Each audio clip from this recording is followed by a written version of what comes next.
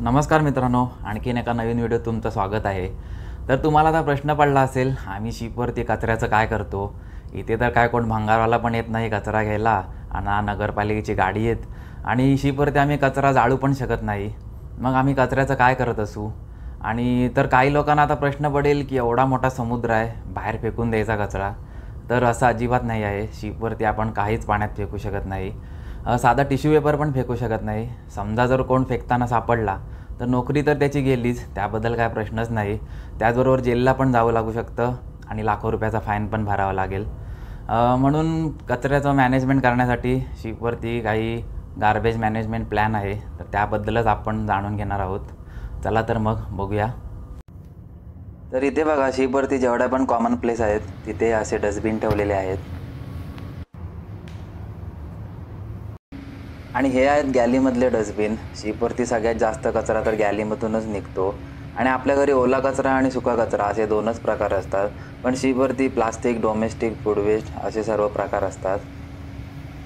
त्याचे colour code पण ठरलेले आहेत। रेड म्हणजे प्लास्टिक, यामध्ये फक्त आपण प्लास्टिकच टाकू शकतो आणि येल्लो म्हणजे डोमेस्टिक, याच्यामध्ये फक्त आपण टिश्यू पेपर, कार्डबोर्ड याच गोष्टी टाकू शकतो। त्याचबरोबर मेटल आणि ग्लास हे पण डोमेस्टिकमध्येच येतात आणि ब्ल्यू कलर म्हणजे फूड वेस्ट, याच्यामध्ये फक्त आपण फूड वेस्टच टाकू शकतो। आणि कुठला पण बॉक्स, टीन, बॉटल आपण डायरेक्ट डस्टबिनमध्ये टाकू शकत नाही। त्याला पहिलं चांगलं पाण्याने वॉश करावं लागतं, कारण त्याच्या आतमध्ये फूड आयटम असतात। मग ते तसे झाले तर ते खराब होतात आणि मग किडे आणि मासे येण्याची शक्यता असते। म्हणून ते चांगलं वॉश करूनच ठेवावं लागतं आणि ते चांगलं कॉम्प्रेस करून, फोल्ड करूनच ते डस्टबिनमध्ये टाकावं लागतं, कारण डायरेक्ट तसंच टाकलं तर डस्टबिन लगेच फुल होतील।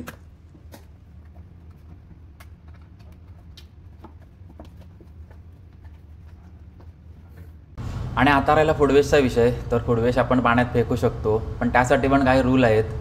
शिप जेव्हा 13 नॉटिकल माईल दूर असते जमिनीपासून, तेव्हाच आपण पाण्यात फूड वेस्ट फेकू शकतो आणि जर 13 नॉटिकल माईलच्या जर आतमध्ये असेल शिप, तर आपण पाण्यात फेकू शकत नाही। मग आपण कम्युनिटर यूज करू शकतो आणि हा आहे कम्युनिटर। याच्या आतमध्ये मिक्सरसारखे ब्लेड असतात, याच्यामध्ये फूड वेस्ट टाकलं की मग ते ग्राइंड होतं आणि मग ग्राइंड होऊन ते समुद्रात जातं आणि याच्यामध्ये आपण मटणाचे हाडं आणि कांद्याच्या साली वगैरे काय टाकू शकत नाही। ते सोडून याच्यात बाकी सर्व ग्राइंड होतं।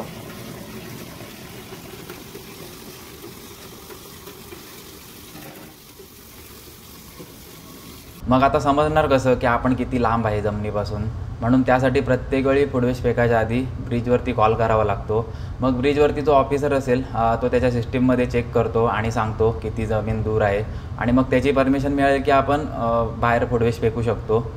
आणि काही ठिकाणी स्पेशल एरिया असतात, तिथे तर अजिबात काय बाहेर फेकू शकत नाही। त्याचाच हा सर्व मॅप इथे लावलेला आहे। आणि हे यूज केलेलं खराब झालेलं कुकिंग ऑइल, हे तर सगळ्यात डेंजर। हे तर अजिबात आपण पाण्यात फेकू शकत नाही, एक थेंब पण फेकू शकत नाही आणि सिंकमध्ये पण फेकू शकत नाही। म्हणून मग यूज केलेलं कुकिंग ऑइल चिपकूक ह्या डब्यात साठवून ठेवतात, मग आम्ही हे उचलून गार्बेज रूममध्ये ठेवतो। गार्बेज तर आपण डस्टबिनमध्ये ठेवतो, पण डस्टबिन पण कधी ना कधी तर फुल होणारच। मग ते डस्टबिन घेऊन आम्ही जातो गार्बेज रूममध्ये।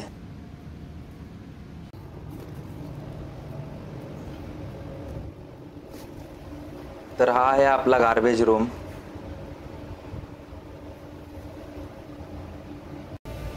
तर गार्बेज रूमच्या आतमध्ये पण असे रॅक आहेत, इथे पण आपण गार्बेज हवं तसं टाकून जाऊ शकत नाही। ते पण इथे प्रॉपर अरेंज करून ठेवावं लागतं आणि इथे पण डोमेस्टिक, प्लास्टिक असे वेगवेगळे रॅक बनवलेले आहेत आणि गार्बेज रूमच्या बाहेर इथे मोठे मोठे डस्टबिन आहेत। आणि हा गार्बेज रूमच्या आतमध्ये आहे मोठा कॉम्पॅक्टर, याच्यामध्ये तेलाचे डबे, टीन, कलरचे डबे हे सर्व प्रेस केले जातात। प्रेस करून ते छोटे केले जातात। मग छोटे केल्यामुळे कमी जागेमध्ये जास्त गार्बेज राहतं।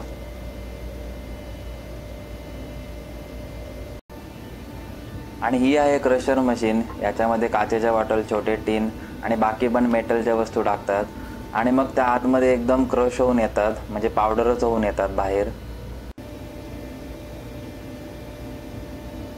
आणि हा आहे इन्सिनेटर रूम, इथे आतमध्ये आहे हा इन्सिनेटर। यामध्ये कार्डबोर्ड, बॉक्स आणि कागद वगैरे सर्व जाळले जातात।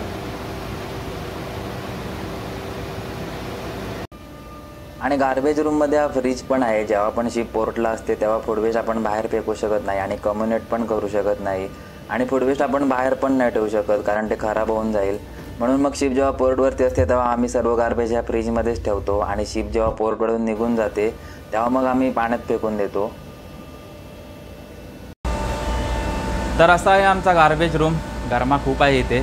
शिपवरती जेवढं पण गार्बेज निघतं ते सगळं इथेच आणून ठेवलं जातं आणि मग इथे एक माणूस कायम काम करत असतो.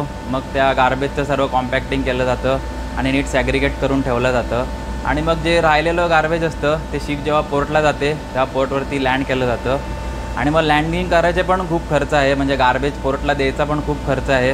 लाखो रुपये खर्च आहे. घरी तर आपण असेच फ्रीमध्ये देऊन टाकतो, पण इथे शिपवरती गार्बेज देण्यासाठी पण खूप खर्च आहे. तर आय होप तुम्हाला तर समजलंच असेल गार्बेज मॅनेजमेंटबद्दल. बाकी व्हिडिओ आवडला असेल तर लाईक करा, कमेंट करा. भेटू मग नेक्स्ट व्हिडिओमध्ये. तोपर्यंत काळजी घ्या.